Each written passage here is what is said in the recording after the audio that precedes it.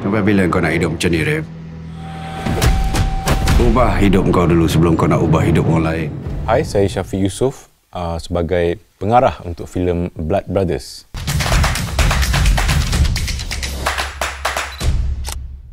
Blood Brothers ni, tema filem dia adalah persahabatan, persaudaraan dan juga keluarga. Jadi kalau kita tengok daripada trailer, filem ni mengisahkan tentang dunia bodyguard. Makin lama makin bahaya kerja. Sistem Dolby di Finas ini adalah yang terbaik di negara ini sebab saya dah buat banyak filem dan bilik sound mixing itu selalunya di Malaysia dia tidak besar, tapi di Finas kita ada sound mixing room yang sangat besar. Kalau kita sama-sama, tak ada siapa berani hadap kita. Dengan facilities Finas ni, kita dapat enhance experience tersebut, especially dengan letupan, dengan gunfire, bunyi-bunyi fight scenes and all of that. And balancing tu penting because kalau kita just letak macam tu, nanti sakit telinga pula. And audience akan rasa macam pening kepala pula. Ada experience kan, Abi dulu tengok movie-movie action yang lain. Dari luar negara, where it's non-stop sound of action sampai you dah rasa macam pening.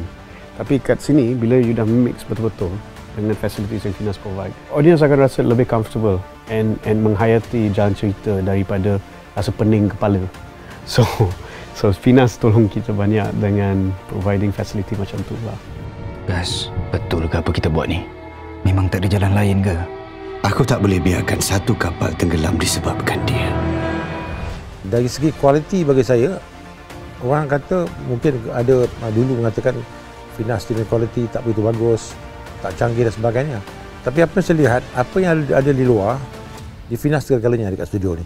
Jadi saya menggalakkanlah untuk producer-producer tempatan buat recording, mixing, everything datang ke studio ni. Because sini segala-galanya ada.